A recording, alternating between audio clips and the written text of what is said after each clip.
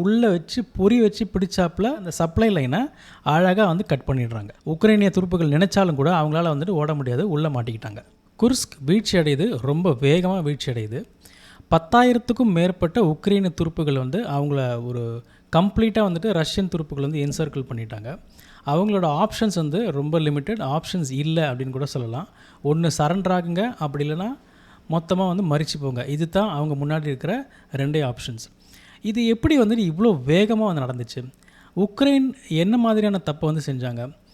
எப்படி ரஷ்யா இவ்வளோ பெரிய ஒரு வெற்றி நோக்கி போய்கிட்டு இருக்காங்க? இது எல்லாம் அலசுவோம் வாங்க. வணக்கம், நான் உங்கள் கணேஷ் அருணாடன். நீங்கள் பார்த்து கொண்டிருப்பது மிஸ்டர் உலகம், புவிசார் அரசியலை ஜியோபாலிட்டிக்ஸை ஆழமாக அலசுகிற முதல் தமிழ் சேனல்.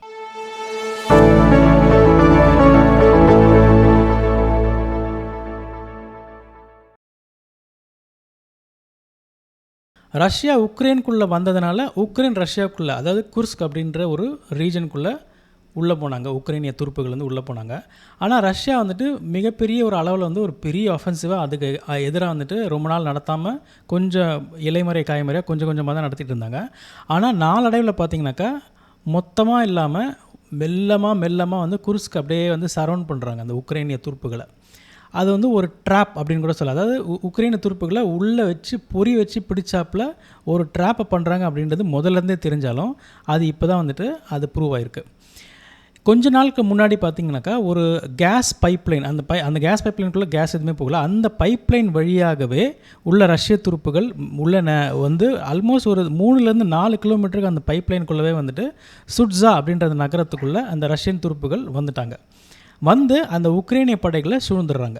இப்படி சுட்ஸாக்குள்ளே வந்து என்ன பண்ணுறாங்க அப்படின்னாக்கா உக்ரைனிய துருப்புகள் இந்த படைகளுக்கு அந்த சப்ளை லைனை அழகாக வந்து கட் பண்ணிடுறாங்க.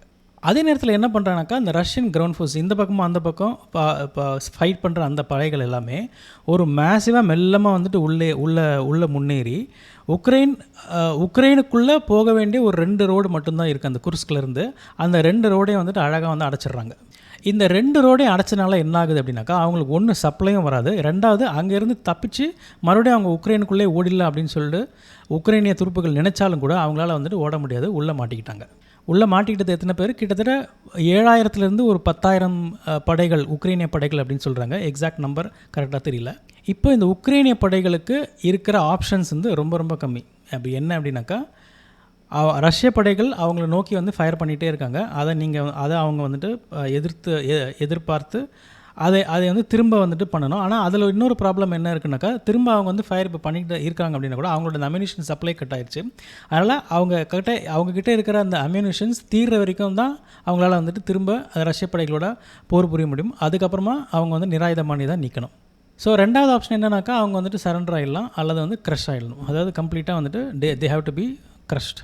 இதையெல்லாம் மோசமாக்குற விதமாக என்ன ஆச்சுன்னு கேட்டிங்கன்னா ஒரு வாரம் 10 நாளுக்கு முன்னாடி ட்ரம்ப்புக்கும் ஜெலன்ஸ்கிக்கும் நடந்த அந்த ஒரு பேச்சுவார்த்தை மிகப்பெரிய ஒரு தோல்வியில் முடிஞ்சுது. அங்கே வந்து 2 பேருமே வந்து சண்டை போட்டுக்கிட்டதை நம்ம எல்லாருமே கண்கூடாக பார்த்தோம். அதனால் இப்போ ட்ரம்ப் கொஞ்சம் கோவப்பட்டு யுஎஸ் இன்டெலிஜென்ஸ், அதாவது உக்ரைனிய படைகளுக்கு யுஎஸோட இன்டெலிஜென்ஸ் வழங்குறத நிறுத்திட்டாங்க டப்புன்னு. இந்த இன்டெலிஜென்ஸ் வந்து நின்று போனதுனால உக்ரைன் படைகளுக்கு எங்கேருந்து அவங்க ரஷ்ய படைகள் வந்து தாக்குறாங்க அப்படின்ற அந்த ஒரு சேட்டலைட் மூலமாக வரக்கூடிய அந்த கம்யூனிகேஷன்ஸ் எல்லாமே வந்து தடைப்பட்டு போச்சு.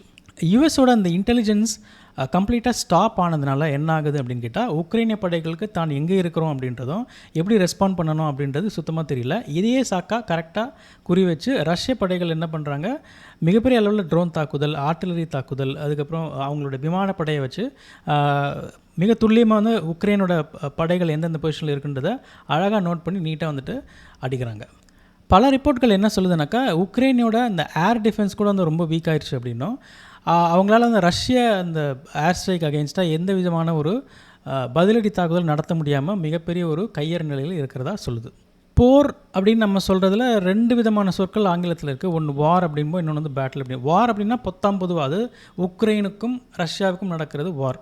ஆனால் ஒவ்வொரு இடங்கள்லையும் நடக்கிற அந்த சண்டை இருக்குது பார்த்திங்களா, அதுதான் வந்து பேட்டில். அதாவது குர்ஸ்க் அப்படின்ற இடத்துல நடக்கக்கூடிய அந்த சண்டைக்கு பேர் ஒரு பேட்டில்.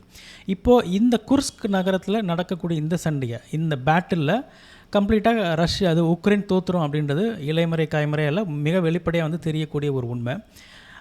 இது வந்து ஒரு டோட்டல் டிசாஸ்டர் அப்படின்னு சொல்கிறது மிகப்பெரிய ஒரு இழப்பு, மிகப்பெரிய ஒரு டிசாஸ்டர் அப்படின்னு சொல்லலாம். என்னென்னா இந்த 6500 அல்லது 7000 அல்லது 10,000 உக்ரைன் துருப்புகள் ஒரு மீட் கிரைண்டர் சொல்லக்கூடிய ஒரு மிக மோசமான ஒரு கட்டத்தில் மாட்டிக்கிட்டு அவங்க வெளியவே வர முடியாது, கண்டிப்பாக வந்து சாக தான் போகிறாங்க அப்படின்ற ஒரு நிலைமையில் இருக்கக்கூடிய ஒரு பரிதாபமான ஒரு நிலைமை.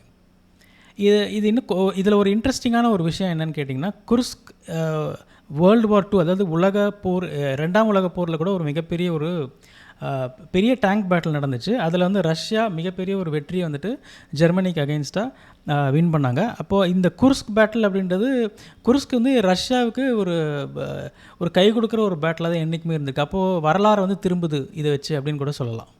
ஜெலன்ஸ்கி என்ன நினச்சார் அப்படின்னா, குர்ஸ்குள்ளே நம்ம போகிறதுனால உக்ரைனிய பகுதிகளை ரஷ்யா விட்டு கொடுக்கும் அப்படின்ற ஒரு தப்பான ஒரு முடிவு கட்டி அந்த குர்ஸ்குள்ளே வந்து எல்லா நாட்டோ படைகளோட அந்த எல்லா வெப்பன்ரி எல்லாத்தையும் எடுத்துக்கிட்டு வந்துட்டு உள்ளே போகிறாங்க. இவங்களும் அமெரிக்கா பைடன் காலத்தில் வந்துட்டு மிகப்பெரிய ஒரு சப்போர்ட் வந்து அவங்களுக்கு தராங்க.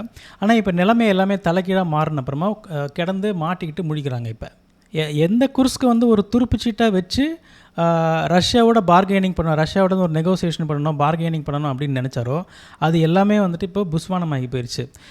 இது மட்டும் இல்லாமல் மிகப்பெரிய அளவில் ஒரு துருப்புகளை இழக்கிறது, மிகப்பெரிய அளவில் நாட்டோட வெப்பன்ஸ் எல்லாமே வந்துட்டு மோசமாக வந்து அழிவுக்குள்ளானது, இது எல்லாமே வந்து பார்த்திங்கனாக்கா இந்த இடத்துல தான் வந்து நடந்திருக்கு. உக்ரைன் கண்டிப்பாக இந்த குர்ஸ்க் பேட்டிலில் தோற்க தான் போகுது, அது உறுதி. ஆனால் என்ன கேள்வி அப்படின்னா, எப்போ தோற்க போகிறாங்க அப்படின்றது தான். ஒரு வாரம் ஆகலாம், அல்லது 2 நாளும் ஆகலாம், ஒரு வாரம் ஆகலாம், இல்லை ஒரு 10 நாள் ஆகலாம். ஆனால் அவங்களோட முடிவுக்கு வந்து மிக வேகமாக வந்து நடந்துட்டு வருது. ஸோ குர்ஸ்க் விஷயத்தில் ஜெலன்ஸ்கி மிகப்பெரிய ஒரு இழப்பை சந்திக்கிறார். உலகத்தில் நடக்கிற விஷயங்களை செய்திகளாக தராமல் அது ஏன் நடக்குதுன்னு புரிய வைக்கிறதா மிஸ்டர் உலகம் தமிழ் சேனல். ஜியோ பாலிட்டிக்ஸ்னு சொல்லப்படுற புவிசார் அரசியலை பற்றி ஆழமாக தெரிஞ்சுக்க நம்ம சேனலை சப்ஸ்கிரைப் பண்ணுங்கள்.